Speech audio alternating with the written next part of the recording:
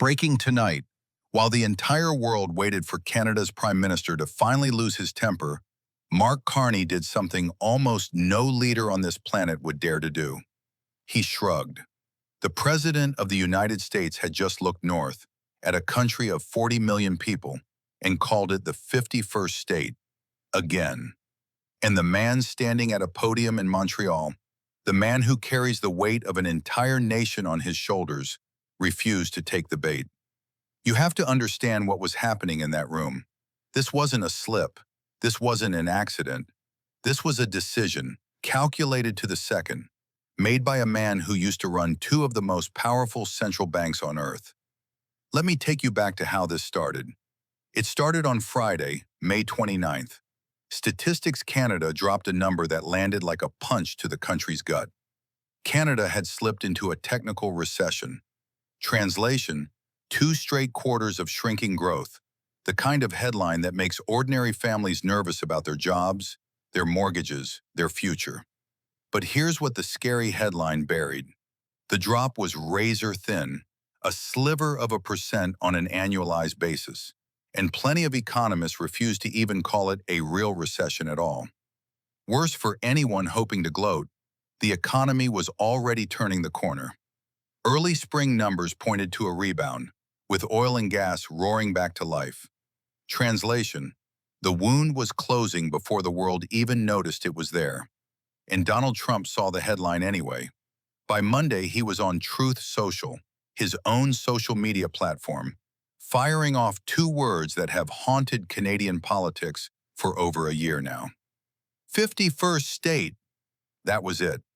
A neighbor the president assumed was bleeding, and the man next door pointing and laughing at a wound that was already healing. Then came the amplifier. Pete Hoekstra, the U.S. ambassador to Canada, grabbed a screenshot of Trump's post and blasted it across X for everyone to see. Now think about that for a moment. This is the president's own ambassador, stationed in Ottawa, supposedly the bridge between 2 allies, gleefully rebroadcasting a threat to erase the country he was sent to work with. Dear viewers, this is the same Pete Hoekstra who stood in front of CBC cameras in May of last year and told Canadians the 51st state talk was finished. It's done, he said.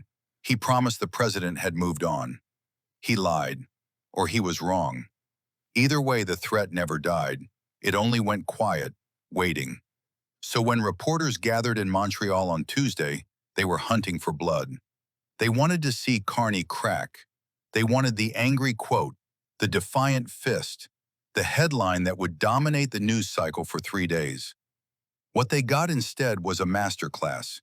Carney looked at them and described Trump as simply an exceptionally active user of social media. Then he delivered the line that should be studied in negotiation classrooms for the next decade. We're not going to respond or react to everything that he posts. Cold, controlled, surgical. And here's where it gets fascinating, because most people watching miss the genius hiding underneath those words. Carney wasn't being passive. He was being strategic in a way that almost no politician understands anymore.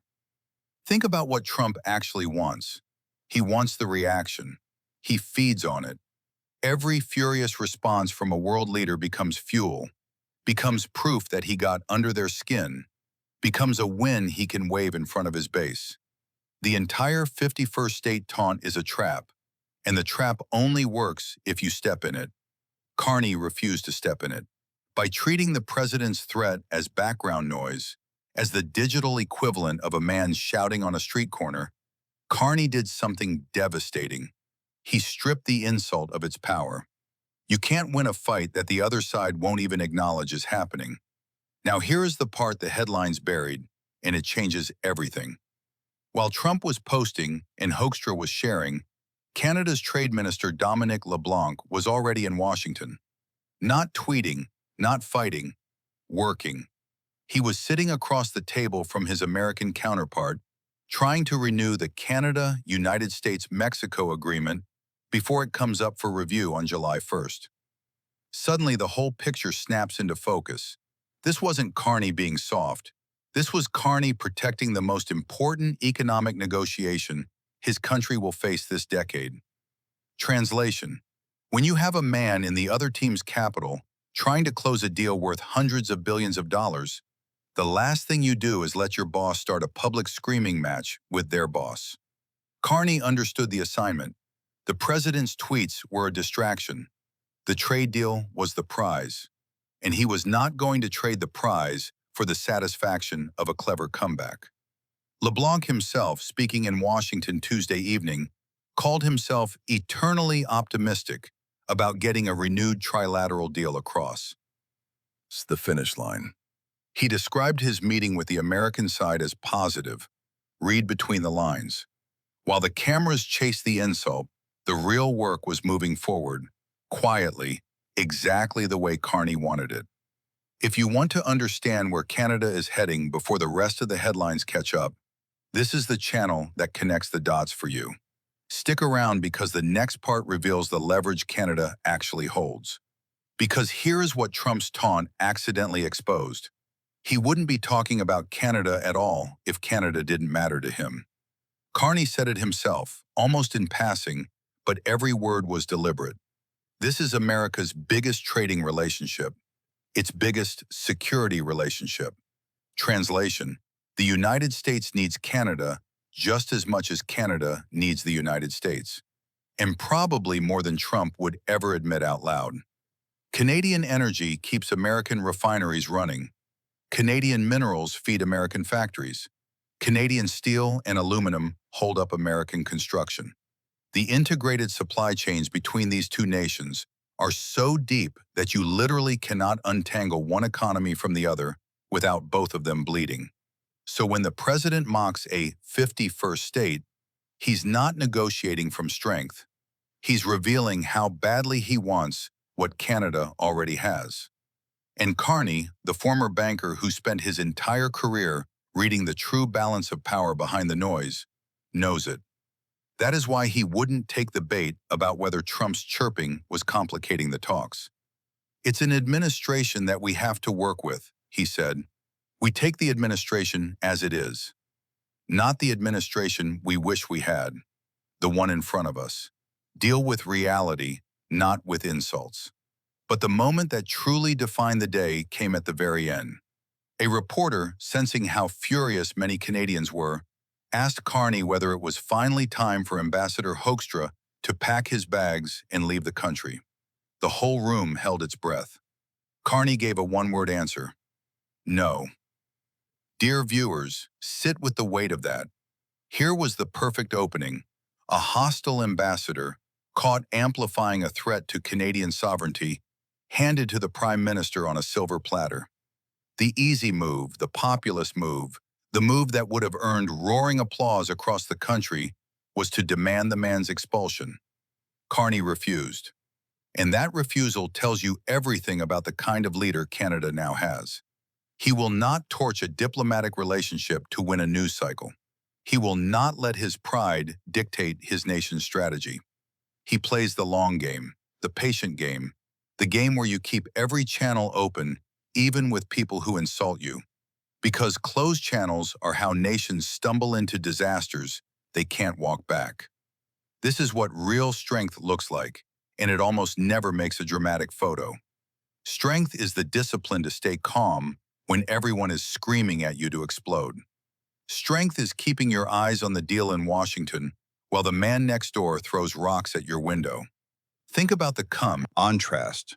On one side, a president firing insults from his phone, chasing attention, treating diplomacy like a reality show.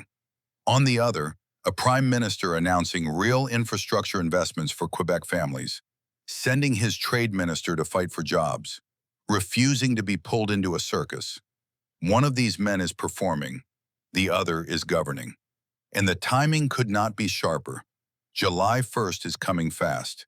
Canada Day.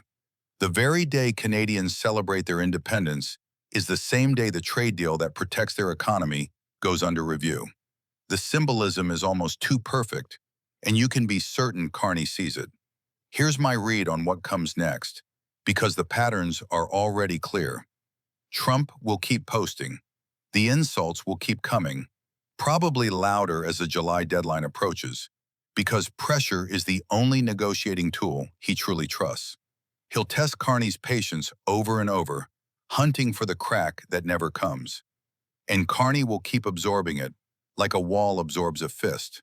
He'll let LeBlanc do the real work in the rooms where deals actually get made. He'll keep treating the noise as noise. And if the negotiations break the way LeBlanc's optimism suggests, Canada could walk away from this storm with its sovereignty intact, its economy protected, and a prime minister who proved that the loudest man in the room is almost never the strongest. If this is the kind of clear-eyed analysis you've been searching for, you've found your home here. This community is built for people who want to understand Canada's future before it arrives, not after. Join us because the months ahead are going to be the most important in a generation.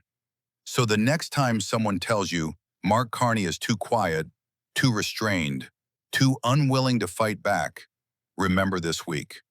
Remember the day a president called his country a punchline, and the prime minister answered with a shrug, a deal, and a single word that said it all.